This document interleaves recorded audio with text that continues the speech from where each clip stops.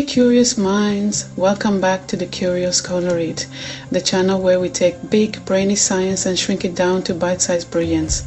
I'm your science sidekick, and today we're diving into a duo that shows up more often than peanut butter and jelly: obesity and diabetes. What's their deal? Why do they keep crashing the same health party? And is it true that one causes the other? Stick with me, and by the end of this video you'll understand how these two conditions are more connected than your phone and Wi-Fi. Let's start with the basics. What exactly is obesity? Obesity happens when your body stores too much fat, especially in places it shouldn't, like around your organs. Now, some fat is totally normal. Your body actually needs it, but too much fat, especially a type called visceral fat, the kind that hugs your liver, pancreas, and intestines, can cause big problems. Doctors often use something called BMI, or body mass index, to check if someone is overweight or obese. A BMI of 30 or more usually means you're in the obesity range, but BMI isn't perfect. It doesn't tell you where your fat is or how healthy you are. That's why waist size, especially belly fat, is a big clue. Now let's talk about diabetes, specifically type 2 diabetes, which is the most common type. Your body runs on sugar, glucose. After you eat, your digestive system breaks down food into sugar, and your blood carries it around like a delivery truck. But sugar can just walk into your cells and power them. It needs a helper, a hormone called insulin, which acts like a key to unlock the cell doors. In type 2 diabetes, your cells stop responding to insulin like they should. It's like the logs on your doors get rusty and insulin can't open them. So sugar gets stuck in your blood and your blood sugar goes up. That's where the trouble begins. What is the connection? How obesity leads to diabetes. Okay, now here's where it gets juicy. Obesity doesn't automatically cause diabetes, but it sets the stage perfectly. Imagine your fat cells as tiny factories. When you gain a lot of fat, especially visceral fat, those factories start pumping out all sorts of inflammatory chemicals. These chemicals interfere with how insulin works. This is called insulin resistance. Your body makes insulin, but your cells ignore it. It's like insulin is knocking on the door, but no one's answering. So your pancreas, the organ that makes insulin, starts working overtime, producing more and more insulin to try to get sugar into the cells. Eventually your pancreas gets tired, it can't keep up. And that's when blood sugar starts rising and diabetes shows up. This isn't just theory, it's backed by science. One major study, the Diabetes Prevention Program, found that people who lost just 7% of their body weight, about 15 pounds if you weigh 200, reduced their risk of developing diabetes by a whopping 58%. That's better than most medications. And get this, it wasn't just the weight loss, it was also the physical activity.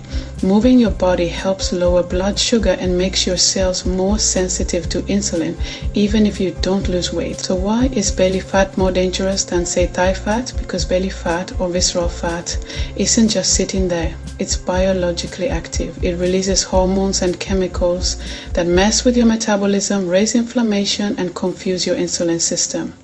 A large 2011 study in the Lancet found that waist circumference is a better predictor of diabetes risk than BMI. So yeah, that tape measure in your drawer might be more important than the scale. And here's something most people don't know. In obesity, fat doesn't just hang out under your skin. It starts to sneak into places like your liver and muscles where it really doesn't belong. This is called ectopic fat, and it makes those organs less responsive to insulin. Think of it like throwing grease on your keyboard. Nothing works right anymore. Now, is it all your fault? Absolutely not. Your genes play a role. Some people are genetically more likely to store fat or develop insulin resistance, but genes are just one part of the puzzle. Our modern environment with cheap junk food, endless screens, and less movement is a recipe for both obesity and diabetes. As they say, genes load the gun, but lifestyle pulls the trigger. Here's the cool part. Your muscles can help fix things, no medication required.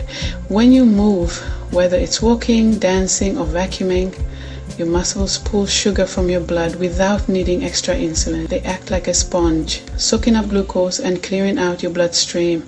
Exercise also helps reduce visceral fat and inflammation. It's like hitting a reset button. What happens to the pancreas? If nothing changes, your pancreas starts to suffer. It gets exhausted from pumping out insulin 24/7 and eventually burns out. That's when insulin levels drop, blood sugar skyrockets, and you may need medication or insulin shots to keep things under control. Thankfully, there are tools that can help. New medications like GLP-1 receptor agonists, for example semaglutide, help people lose weight and lower blood sugar. A 2021 study found that people taking these drugs lost around 15% of their body weight and improved their A1C levels significantly. For people with severe obesity and diabetes, bariatric surgery can even put type 2 diabetes into remission. In many cases, blood sugar improves within days of surgery, even before major weight loss. That's how powerful the gut-pancreas connection is. Who's most at risk? Some groups are more affected than others. Rates of obesity and diabetes are rising in children and teens, which is scary.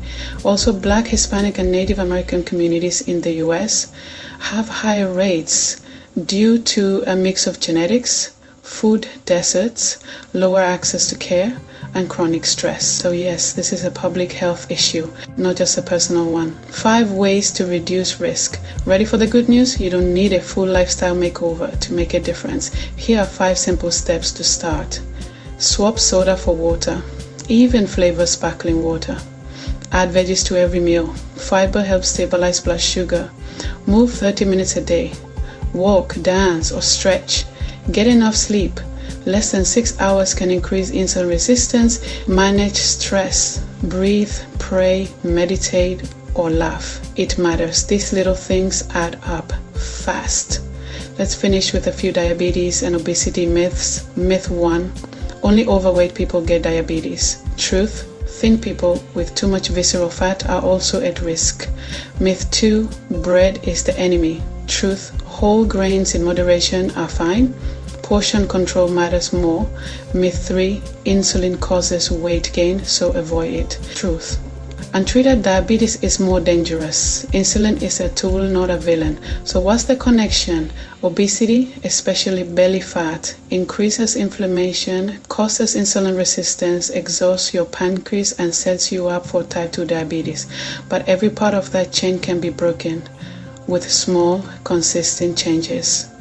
If you learned something new today, give this video a thumbs up and share it with a friend who needs to hear it. And if you're curious about more science-backed health explainers, don't forget to subscribe. This is the Curious Charlotte, where we make complicated science feel like common sense. Stay curious, stay kind, and I'll see you in the next adventure.